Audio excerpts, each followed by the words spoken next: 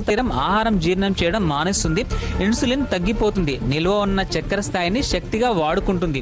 8 గంటల తర్వాత రక్తంలో చక్కెర తక్కువడం మొదలవుతుంది, శరీరం నిల్వ చేసుకున్న గ్లైకోజ్ ని శక్తిగా వాడుకుంటుంది. 12 గంటల తర్వాత కొవ్వు బర్నింగ్ అవుతుంది, ఇన్సులిన్ ఇంకా తగ్గిపోతుంది, శరీరం కీటోసిస్ లోకి వెళ్ళిపోతుంది. 16 గంటల తర్వాత ఆటోఫాజీ మొదలవుతుంది, శరీరం పాడైపోయిన కణాలని టాక్సిన్స్ ని తీసేసి మళ్ళీ వాడుకోవడం మొదలు పెడుతుంది. 24 గంటల తర్వాత పెద్ద స్థాయిలో సెల్ రిపేర్ జరుగుతుంది, శరీరం పూర్తిగా ఫ్యాట్ బర్నింగ్ మోడ్ లోకి వెళ్ళిపోతుంది, వాపు తగ్గిపోతుంది, ఇన్సులిన్ సెన్సిటివ్ బాగుపడుతుంది. 30 గంటల తర్వాత గ్రోత్ హార్మోన్ పెరుగుతుంది, ఇది కండరాలని కాపాడుతుంది, కొవ్వు తగ్గడాన్ని స్పీడ్ గా చేస్తుంది, డీప్ హీలింగ్ మోడ్ స్టార్ట్ అవుతుంది అనమాట. 36 గంటల తర్వాత మాక్సిమం ఆటోఫాజీ మొదలవుతుంది, శరీరం చనిపోయిన కణాలని తీసేసి కొత్త టిష్యూలు క్రియేట్ చేసి మెటబాలిజం ని ఆల్మోస్ట్ ఇంక్రీజ్ చేస్తుంది, పెంచుతుంది. మరి మీరైతే ఎన్ని గంటలు ఆహారం తీసుకోకుండా ఉపవాసం చేస్తారో కింద కామెంట్లో చెప్పండి.